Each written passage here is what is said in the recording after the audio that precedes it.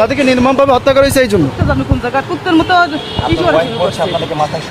আর সমস্যা না থাকে, সমস্যা না থাকলে এইগুলো বলে আজকাল জামানায় আমি যদি করিও তাও তো আমি অত ই করি নাই, আমি প্রকাশ্যে জি আমি 2টা খতম দিছি তার জন্য। হ্যাঁ খতম দেশে করে সারা বছর কোরআন শরীফ খতম দেশে তার সপরিবারের জন্য,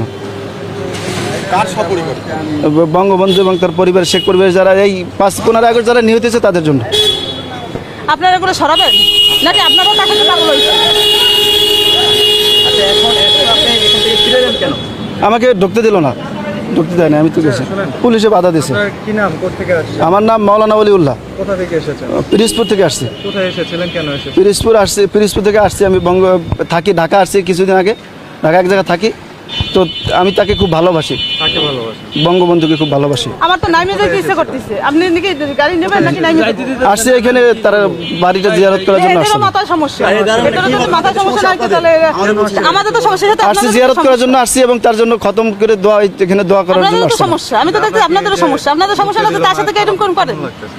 অত্যন্ত খারাপ লাগতেছে, আমি খুব কষ্ট লাগতেছে, দেশের জন্য সব কিছু করলো, তার জন্য আজ এই অবস্থা। নাম নাম আচ্ছা ভাই